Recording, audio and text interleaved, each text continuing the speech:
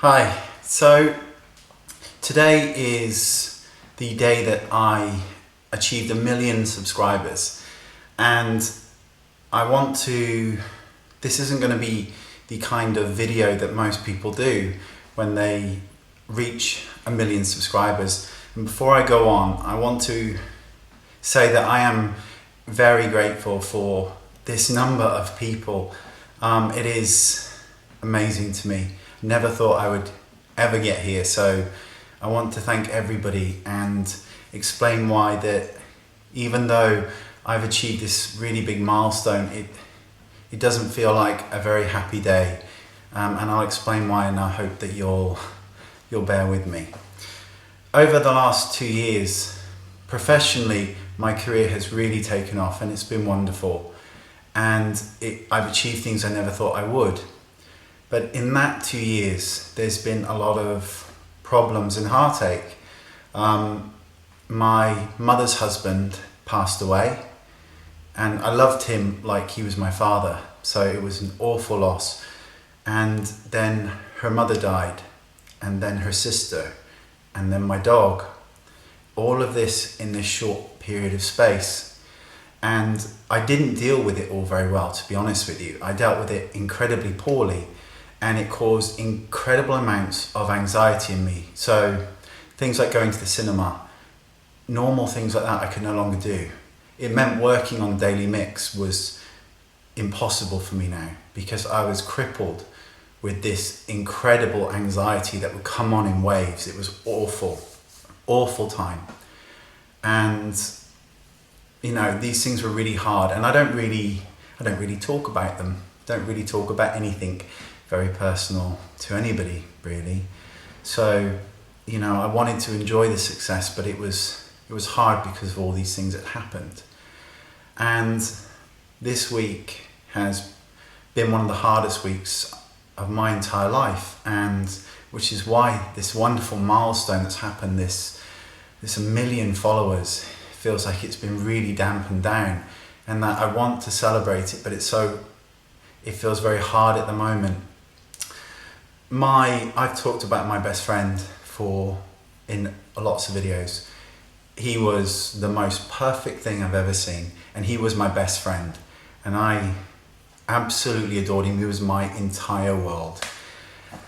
And over the course of several days, and hurt feelings and miscommunications and feelings that should have been said that weren't, caused the absolute destruction of what I would call my world.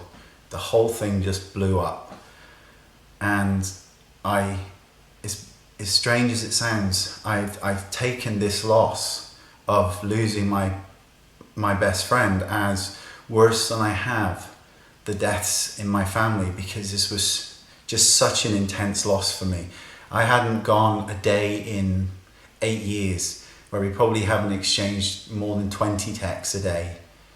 So this whole thing has become just a nightmare for me, which is why it's dampened down this celebration.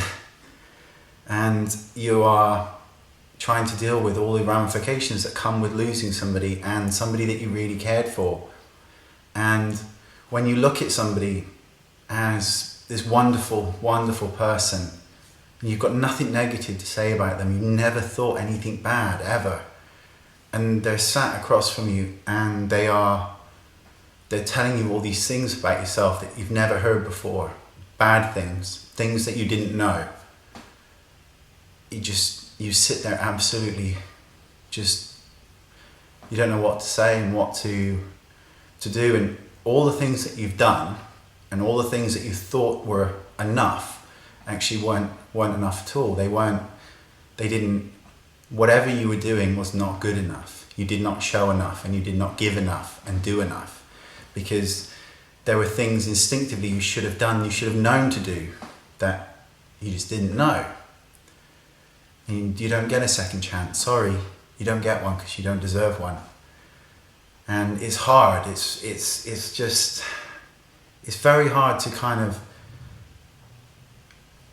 understand everything that's going on, because you thought that I thought that the one thing that I'd done really well in my life was my best friend. That's what I thought. He was the one thing that I thought I had really succeeded in. And it turns out I had not. I had failed terribly. And knowing that is really hard to understand, because I really did think that I had that I'd done enough, and apparently not. And I think it's even harder when you know that somebody else was picked over you, somebody who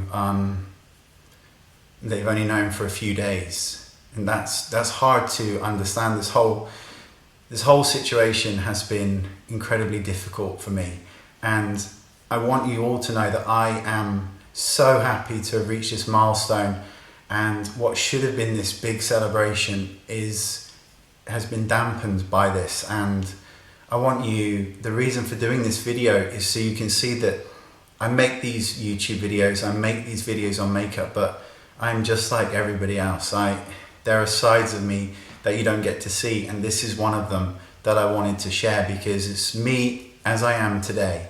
And what you're seeing is what you get today. And I think that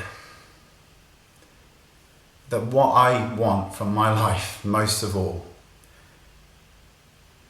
is for somebody to look at me as I am and see all my failings like that, and see all the things that I bring to somebody, that they far outweigh all the negative things about me, all the things that I wish weren't, that I could have done better and been better at.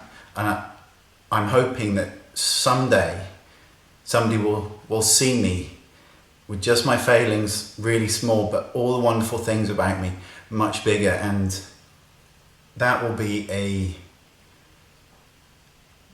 really nice day. That's what I'm looking forward to. So I'm really sorry that this isn't the celebration video that you see when people hit 1 million subscribers, but it's an honest one. And I hope that you will bear with me and understand this video for what it is, and see me for all the good and all the bad things about me, and still stay around. So thank you for listening, and thank you for your time, and thank you for all these subscriptions. They mean the absolute world to me. So thank you. Thank you very much. Bye-bye.